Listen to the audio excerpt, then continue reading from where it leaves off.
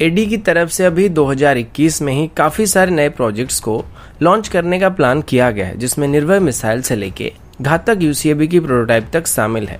बहुत ही जल्द अभी तेजस MK1 डील साइन होने के साथ साथ 4 साल के अंदर ही तेजस MK2 को बनाने का प्लान किया जा रहा है।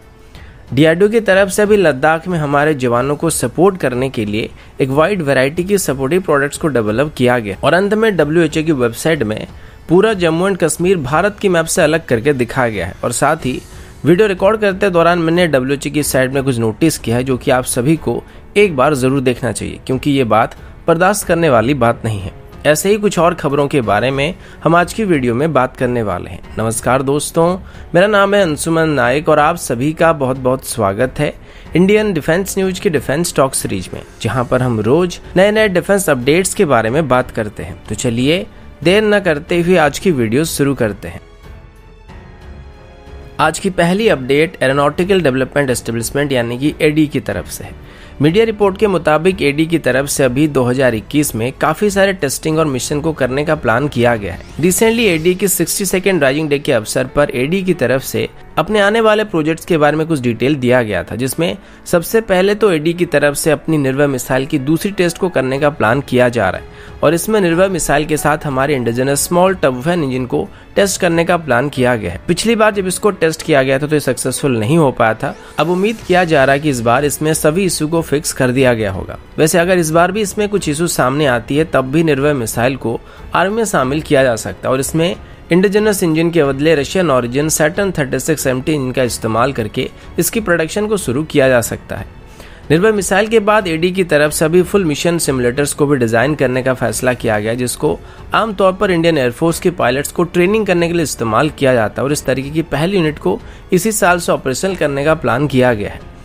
अब अगर अनमैन प्लेटफॉर्म की बात करें तो एडी की तरफ से भी रुस्तम ड्रोन के साथ साथ हमारी स्विफ्ट प्रोग्राम के ऊपर भी पिछले 1 साल से काम किया जा रहा है और इसी साल के अंदर इसको तैयार करने का फैसला किया गया है। यह हमारा पहला यूसीवी यानी कि घातक यूसीवी प्रोजेक्ट का एक हिस्सा होने वाला है, जिसमें ये उसका एक स्केल डाउन मॉडल की तरह होने वाला है। इसे अभी डीआरडीओ की तरफ से एक फ्लैगशिप प्रोग्राम के तौर पर आगे बढ़ाया जा रहा है और अभी गवर्नमेंट की तरफ से भी इसमें डीआरडीओ को फुल सपोर्ट किया जा रहा है। इसके डेवलप होने के बाद घातक यूसीवी को इंडियन आर्मी और एयरफोर्स के साथ साथ नेवी भी अभी इस्तेमाल करना चाहती है और हो सकता है इनको हमारी फ्यूचर एयरक्राफ्ट कैरियर से ऑपरेट किया जाएगा। लेकिन ये सभी अभी स्विफ्ट प्रोग्राम की सक्सेस के ऊपर डिपेंड करता है, क्योंकि अगर ये सफल होता है तब जाके कैबिनेट कमेटी की तरफ से इसको फर्दर डेवलप करने के लिए मंजूरी दिया जाएगा। इसके अलावा इस साल के अंदर एडी की फिजिकल कैपेसिटी को भी बेहतर करने के लिए इसको एक्सपेंड करने का फैसला किया गया है और इसके अंदर मौजूद एरोनॉटिकल टेस्ट रेंज को एक्सपेंड करने की कोशिश की जा रही है और इसमें मेनली इसकी जो रनवे है उसको 2 से 3 किलोमीटर तक इंक्रीज किया जाएगा, जो कि आगे चल के हमारी जो भी एरोनॉटिकल प्रोजेक्ट होने वाले हैं उनकी टेस्टिंग के दौरान हमें ये काफी मदद करने वाले हैं। अगला अपडेट तेजस को लेके, और तेजस को लेके आज 2-4 अपडेट है। पहला अपडेट तेजस MK1 को लेके, जैसे कि 2021 की शुरुआत से ही ये बात क्लियर कर दिया गया था कि जल्द ही तेजस MK1 डील को फाइनल कर दिया जाएगा, लेकिन एग्जैक्टली कब इसको फाइनल किया जाएगा उसके बारे में कोई डिटेल नहीं दिया गया था। बस उम्मीद किया गया था कि 2021 के जून या जुलाई से पहले इसको क्लियर कर दिया जाएगा। लेकिन आज एक खबर द ट्रिब्यून में आया था जिसमें ये बताया गया कि कैबिनेट कमेटी की तरफ से इसी हफ्ते के अंदर ही तेजस MK1 डील को फाइनल किया जाएगा और जो नेक्स्ट मीटिंग होने वाली है उसमें सबसे पहले तेजस MK1 डील को लेके डिस्कशन किया जाने वाला है। इस डील की कीमत लगभग 38,000 करोड़ के आसपास होने वाली, जिसमें 83 तेजस MK1 को खरीदा जाएगा, जो कि इंडियन एयरफोर्स को आने वाले 6 से 7 सालों के अंदर डिलीवर किए जाएंगे। इसीलिए पहले से ही HAL की तरफ से अभी जनरल इलेक्ट्रिक को एडिशनल इंजन को सप्लाई करने के लिए ऑर्डर दिया जा चुका है और अपनी प्रोडक्शन रेट को बढ़ाने की कोशिश किया जा रहा है। अब हालांकि 2020 में ही डिफेंस एक्विजिशन काउंसिल की तरफ से तेजस MK1 डील को क्लियर कर दिया गया था, लेकिन इसको लेके जो फाइनल डिसीजन दिया जाएगा वो कैबिनेट कमेटी की तरफ से दिया जाएगा और अभी अगले हफ्ते पीएम नरेंद्र मोदी जी की अध्यक्षता में जो मीटिंग होने वाली है उसमें इस डील को फाइनल किया जा सकता है। इससे पहले 40 तेजस MK1 के लिए ऑर्डर को प्लेस किया गया था, जिसमें 20 IOC वेरिएंट के और 20 FOC वेरिएंट के तेजस होने वाले थे, लेकिन इनका जो कॉम्बैट कैपेबिलिटी था वो काफी हद तक लिमिटेड था, क्योंकि इनिशियल प्लान के मुताबिक जो वेपन सिस्टम इसमें इंटीग्रेट करने के प्लान किया गया था वो अभी तक MK1 वेरिएंट में इंटीग्रेट नहीं हो पाए, जबकि तेजस MK1 वेरिएंट में वो सभी सिस्टम इंटीग्रेट किया जा सकता है, जो कि असल मायने में एक बेहतर कॉम्बैट कैपेबल और मल्टीरोल एयरक्राफ्ट बनने वाला है। अब तेजस को लेके एक और अपडेट है, लेकिन ये अपडेट तेजस MK2 को लेके है। अगर आपको याद होगा तो पहले इंडियन एयरफोर्स की तरफ से 200 के आसपास तेजस को इंडियन एयरफोर्स में शामिल करने का प्लान किया गया था, जिसमें 123 तेजस MK1 और तेजस MK1 स्टैंडर्ड के एयरक्राफ्ट होने वाले थे और बाकी तेजस MK2 को शामिल करने का प्लान किया गया था। अब ये थोड़ा पुराना प्लान था और तब जिस तेजस MK2 को प्लान किया गया था वो अभी के तेजस MK2 के मुकाबले काफी अलग था। अभी हाल ही में इंडियन एयरफोर्स की तरफ से लगभग 170 तेजस MK2 को शामिल करने की बात की गई है और एडी के मुताबिक तेजस MK2 की पहली यूनिट को वो 2022 के अंत तक तैयार करने वाले हैं और इसकी पहली टेस्ट फ्लाइट को भी 2023 की शुरुआत में करने का प्लान किया गया है, क्योंकि अभी इसकी मेटल कटिंग को शुरू किया जाएगा और इसके मैक्सिमम 18 महीने के अंदर पहला तेजस MK2 को तैयार किया जाएगा। एडी के मुताबिक वो इसकी इनिशियल डेवलपमेंट के दौरान इसकी 4 यूनिट्स को मैन्युफैक्चर करने वाले हैं और इनको आने वाले 4 सालों के अंदर तैयार किया जाएगा। एक और बात कंफर्म किया जा चुका है और वो ये है कि तेजस MK2 को डेवलप करने के बाद हम शायद इसे तेजस MK2 नहीं कहने वाले हैं और ये तेजस से अलग एयरक्राफ्ट होने वाला और इसका एक अलग नाम रखने का प्लान किया जा चुका है। अब 2023 में जब पहली तेजस MK2 की टेस्ट फ्लाइट को कंडक्ट किया जाएगा तो इसके नेक्स्ट 4 साल के अंदर DRDO, एडी और HAL की तरफ से इसे एक्सटेंसिवली टेस्ट करने का प्लान किया गया, जिसमें इसके avionics system, flight control system और बाकी सभी सिस्टम को टेस्ट किया जाएगा और 2026 से 2027 के बीच इसको इंडियन एयरफोर्स में शामिल करना शुरू किया जाएगा। अब इसमें जो सबसे बड़ी दिक्कत होने वाली है वो HAL की प्रोडक्शन रेट है, लेकिन HAL का कहना है कि तब तक HAL की तरफ से साल में 21 तेजस को मैन्युफैक्चर किया जा सकेगा और 2027 तक HAL तेजस MK1 की प्रोडक्शन को कंप्लीट करना चाहता है और ठीक वैसे ही जब MK की मार्क 2 वेरिएंट की प्रोडक्शन शुरू किया जाएगा तो उससे पहले वो इंडियन एयरफोर्स को सभी तेजस MK2 को डिलीवर करना चाहती है। इसी वजह से अभी HAL की तरफ से प्राइवेट सेक्टर कंपनियों को इसमें शामिल करने का ऑफर दिया जा रहा है और इसमें वो तेजस की अलग अलग पार्ट को मैन्युफैक्चर करने वाला और HAL सिर्फ इनको असेंबल करने का काम करने वाला है, जिससे HAL के ऊपर इतना ज्यादा प्रेशर नहीं पड़ेगा। साथ ही तेजस की प्रोडक्शन रेट को हाई रखने के लिए भी इससे HAL को काफी मदद मिलने वाली है और आगे चल के यही सिस्टम MK की प्रोडक्शन में भी इस्तेमाल करने का फैसला किया गया है।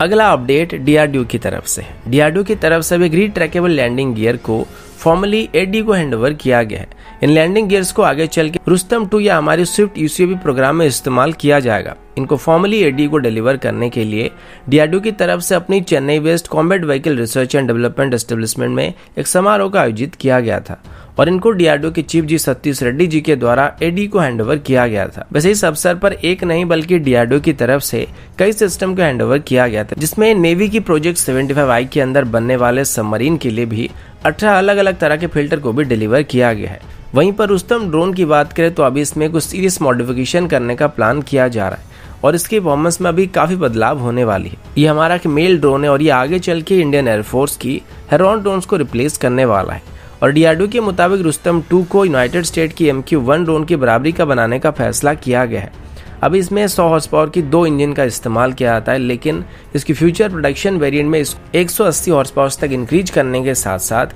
इसकी वेट को भी कम किया जा रहा है, जिस वजह से ज्यादा लोड को कैरी कर सकेगा। इसमें मल्टी मिशन कैपेबिलिटी होने वाली, जिसमें हम अपने मिशन के हिसाब से इसकी पेलोड को एक्सचेंज कर सकते हैं, जो कि रियल वर्ल्ड में हमें काफी फ्लेक्सिबिलिटी दे सकता है। और अगर इसको हायर अल्टीट्यूड में ऑपरेट किया था तो ये अपने आप ही ऑपरेट कर सकता है और इसके अंदर मौजूद सेटकम सिस्टम की वजह से हम कहीं से भी इसको ऑपरेट कर सकते हैं। साथ ही इसकी सिंथेटिक एपर्चर रडार और मॉडर्न इलेक्ट्रो ऑप्टिक सिस्टम की वजह से यह हमें आईएसआर मिशन के दौरान हाई रेजोल्यूशन की रियल टाइम डाटा को भी प्रोवाइड कर सकता है।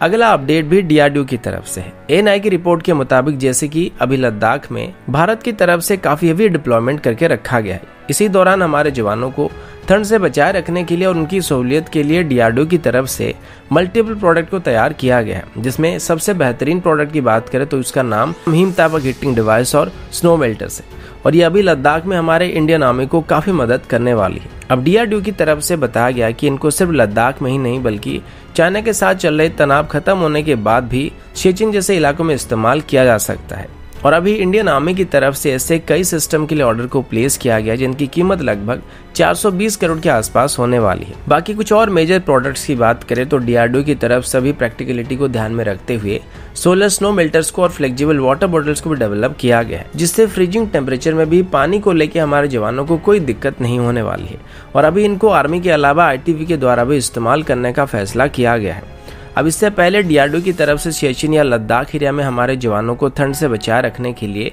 एक हीटिंग डिवाइस को बनाया गया था जिसका नाम बुखारी था, और अभी इसमें कुछ नए अपग्रेड भी किए गए हैं जिससे इनकी ऑयल कंजप्शन 50% तक रिड्यूस हो चुकी है, और इससे हम साल भर में लगभग 3650 करोड़ के आसपास सेव कर सकते हैं। और इनके डिजाइन में भी कुछ ऐसे चेंजेस किए गए हैं जिस वजह से हाई एल्टीट्यूड में जो विंड ब्लास्ट होता है इससे इनके ऊपर कोई असर नहीं पड़ने वाला है। इसके अलावा भी हमारे जवानों को एक और मेजर प्रॉब्लम सर्दी की वजह से हो रही है, और एक्सट्रीम कोल्ड की वजह से आप सबको पता होगा हमारे स्किन वगैरह फट जाते हैं और उसी तरीके की प्रॉब्लम सामने आती है। डीआरडीओ की तरफ से भी अल्कालो क्रीम को डेवलप किया गया और इसकी अभी लगभग 2 करोड़ जार्स को इंडियन आर्मी की तरफ से ऑर्डर किया गया है। अब नॉर्मली हमें साल भर में ऐसे 3 से 3.5 लाख की जार की जरूरत पड़ती है जिनको हायर अल्टीट्यूड में मौजूद हमारे जवानों के पास भेजा जाता है, लेकिन अभी काफी ज्यादा मात्रा में ट्रूप्स को डिप्लॉय करके रखा गया जिस वजह से अभी कंजप्शन हमारी काफी ज्यादा बढ़ रही है। बाकी अगर फ्लेक्सिबल वाटर बॉटल की बात करें तो ये एक तरीके से फ्रीजिंग टेम्परेचर में पानी को नॉर्मल कंडीशन में रखने में मदद करने वाली है, और हमारे जवानों को -50 डिग्री टेम्परेचर में भी पीने के लिए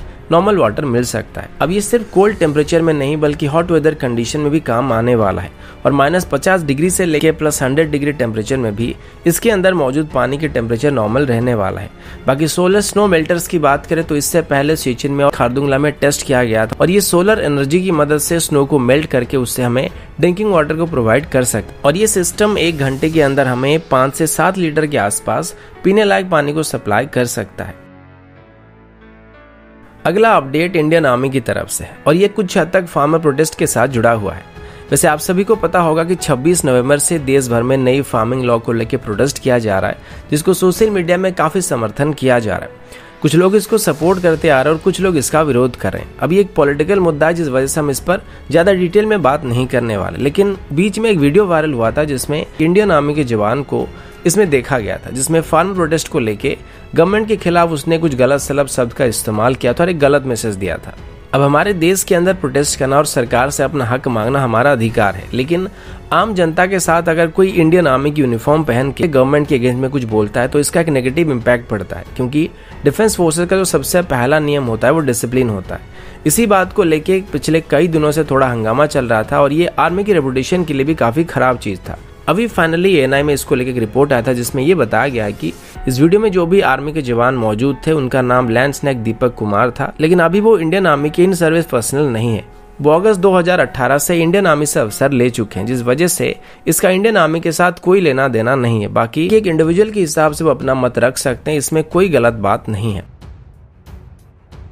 अगला अपडेट WHO को लेके है जिसको आप सब वर्ल्ड हेल्थ ऑर्गेनाइजेशन के नाम से जानते हैं, लेकिन 2020 में अगर पूरे दुनिया भर में सबसे निकम्मे ऑर्गेनाइजेशन की बात करें तो वो यही ऑर्गेनाइजेशन है, क्योंकि इसको फंडिंग तो सब लोग करते हैं लेकिन 2020 में ऐसा लगा कि ये सिर्फ चाइना के लिए काम कर रहा है। और चाइनीज रायते के फैलने का अगर कोई मेजर कारण है तो वो WHO है, क्योंकि इसने काफी समय तक इस बात को दबाए रखा था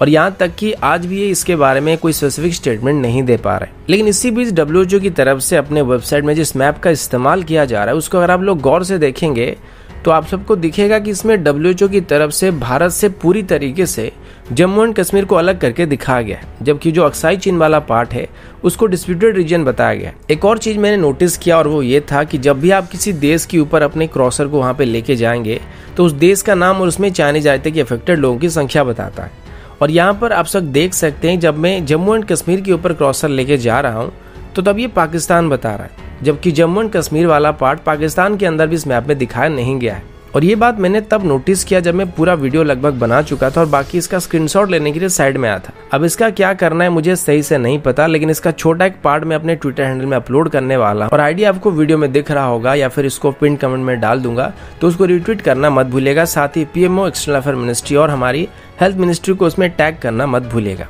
तो दोस्तों अभी के लिए इतना ही, मिलता हूँ आपसे अगले वीडियो में, तब तक के लिए जय हिंद, वंदे मातरम।